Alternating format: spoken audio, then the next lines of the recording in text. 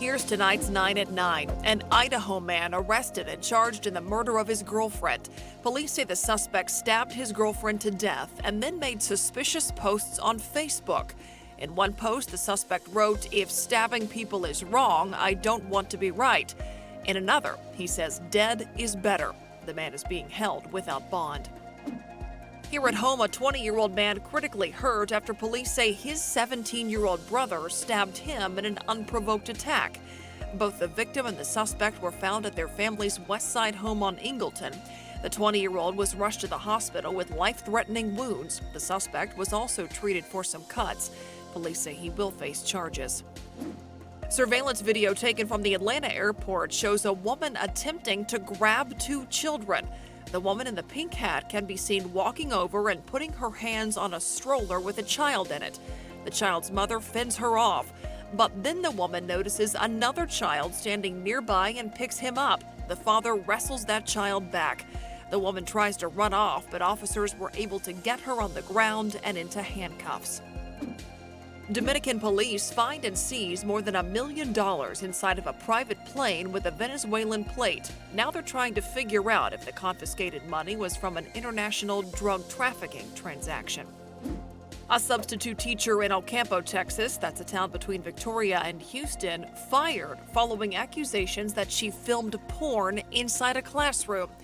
The district has not released much information, but they did say students were not involved. Still, parents are calling for action to be taken. At least lock her up or something, charge her with something. I mean, that is not right. That's not right at all. The woman has not yet been charged. Hundreds of people who work for an e-commerce home goods business walked out on the job today. WAYFAIR workers were protesting the company selling furniture to migrant detention facilities.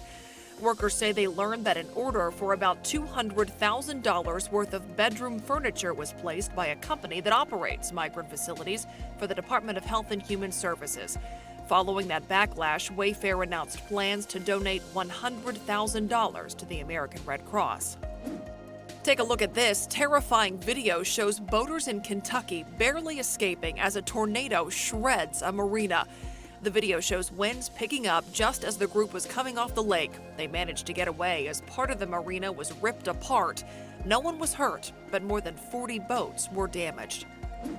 At least 1,000 people left without jobs following a fire at a Philadelphia refinery. The fire began with an explosion last Friday. It wasn't put out until Saturday afternoon. The refinery is expected to shut down within the next month. A Pennsylvania grandmother finds a cobra in her yard and then takes matters into her own hands. The woman snapped these photos of the 4 to 5 foot venomous snake before approaching it. When he got over to here, I tapped his tail and he went up, and that's when I did the deed. The woman suspects the snake may have escaped an apartment in a neighboring building during a raid. To read more about these 9 stories, go to ksat.com/news at 9.